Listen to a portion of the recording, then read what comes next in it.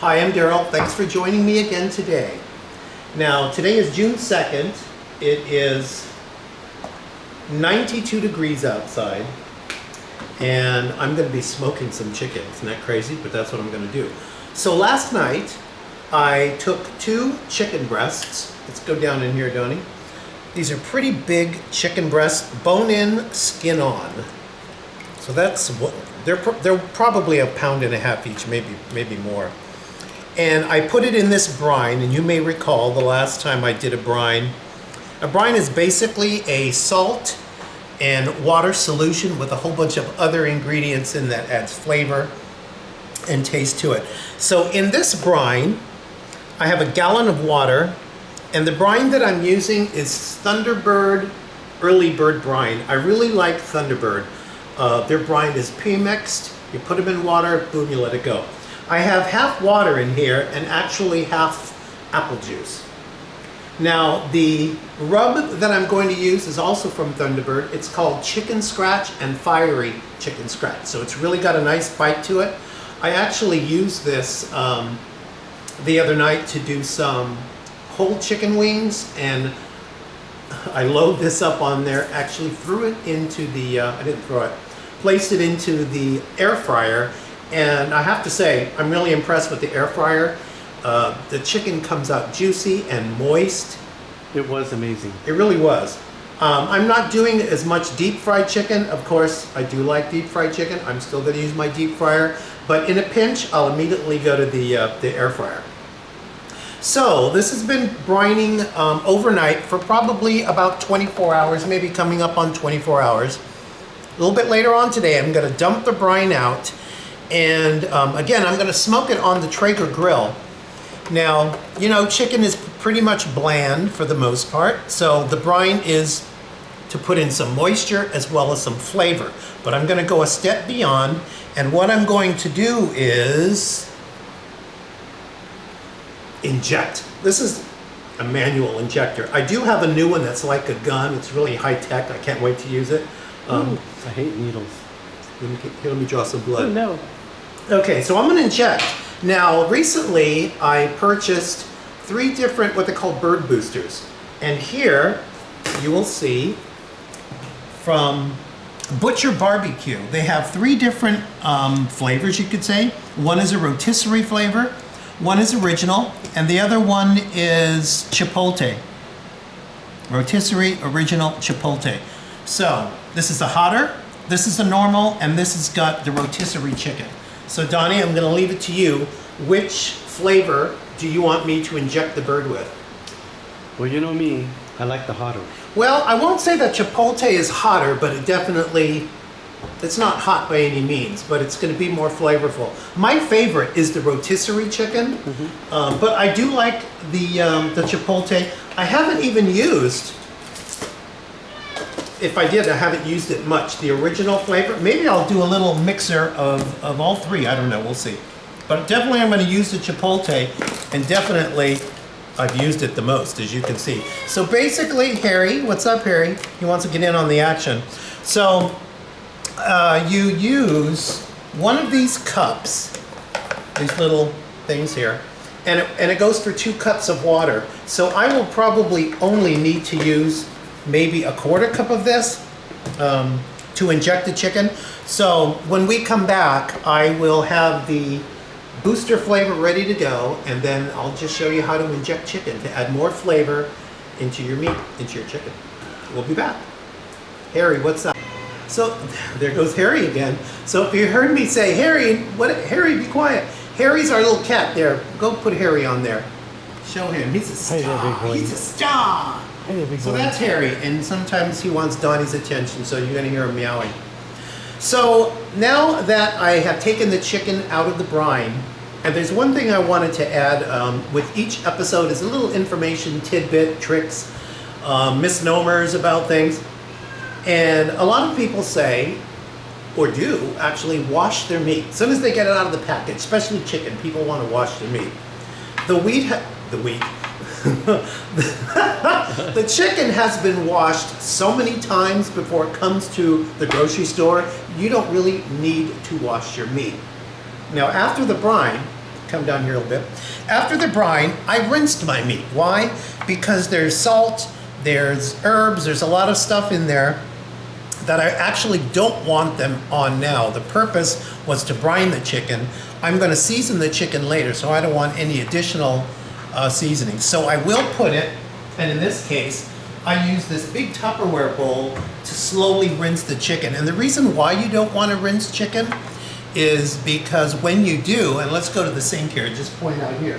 When you're rinsing your chicken and all this, that, and the other, think of all that bacteria that is going everywhere around the sink. And that may include, you know, a glass that you're going to drink from, a wine glass, so you don't really want to do that.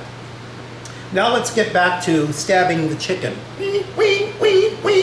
Okay, so I mixed my mixture here, and I did use I mixed my mixture. Oh geez. I used the chipotle, there it is, half of that little cup that was in there with 1 cup of water. Now, this is the injector. I'll go ahead and draw it back.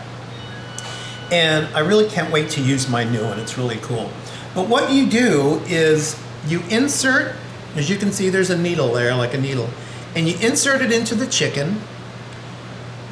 You go ahead and inject and pull back, go into another area, inject and pull back, another area, and you keep doing it until you really have, now you can see that it's going to come out. That will happen. That will happen, and that's okay. And you want to do this, I don't know, as many times as you want, because you want to flavor that chicken as much as you can.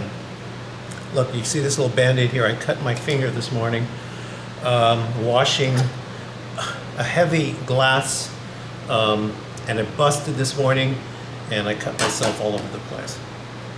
So I'm going to do it to the next piece. And again, you inject and you pull back, change your angle, pull back, change your angle.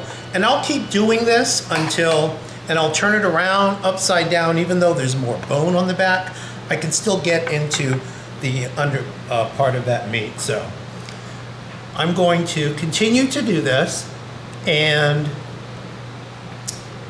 then actually I'm going to show you the rub that I'm going to use. I had it out here, and it's the Fiery Chicken, the Chicken Scratch Fiery Chicken. So once I complete with the injection of the meat, I am going to season this really well, because again, the seasoning is amazing. And I'm going to season it all. I'm going to put it right back into the fridge and let it sit there probably for another 2 or 3 hours. Let it sit. Some of this seasoning will probably make its way into the meat as well. But I want the chicken, I'm going to put it in uncovered so it dries out. And when I'm ready to bring it out in the smoker, it'll be ready to go. So again, we'll toodaloo for now, and I'm going to finish the rest of the injection, put it in the fridge, and we'll come back in a couple hours. See you later. Okay, as you can see now, get the chicken here, Donnie, get the chicken.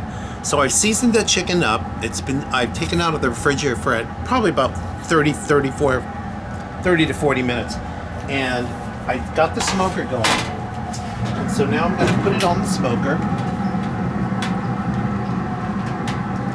And I'm going to close the lid, and I'm going to come over here and show the smoker, Donnie. So come down over here. So right now it's just on a smoke mode, and it's at 126. So not too much smoke is going to come out, but now I want to turn it up to 350, because it's going to cook at about 350 for probably an hour, 15, hour and a half. I want to get the internal temperature to be about 160. Take it off the grill, and it's still going to be a cooking off heat, but I want it to be about 165. So I'm going to monitor the temperature.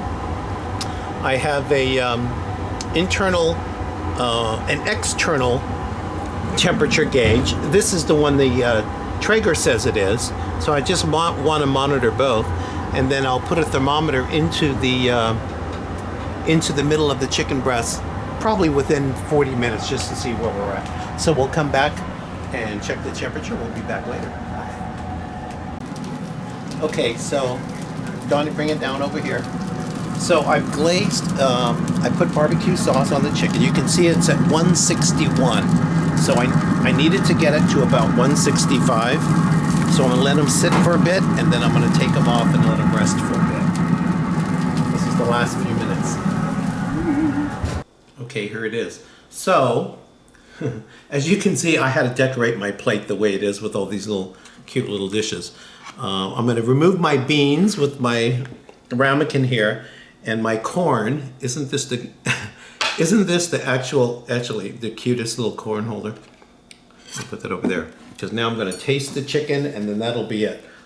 I pulled it off at 160, let it sit, and now I'm going to cut into it. Okay, well look, it's nice and juicy. I'm gonna cut this in half. I'm really picky about chicken. If it's dry, especially a breast, I don't like it. So let's see here.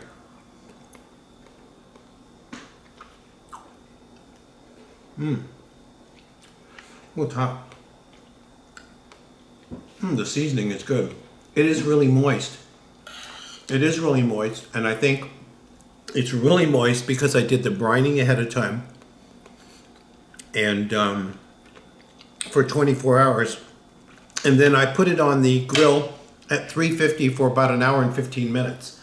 Until it reached 160. I put a little barbecue sauce on it, my choice, my preference. I'll put all the descriptions of what I use. You can use your own. But look at the juice here. Can you see the juice here, Donnie? Look, when I cut into it. I did this chicken before. This is even better. And that Thunderbird Fiery Spice.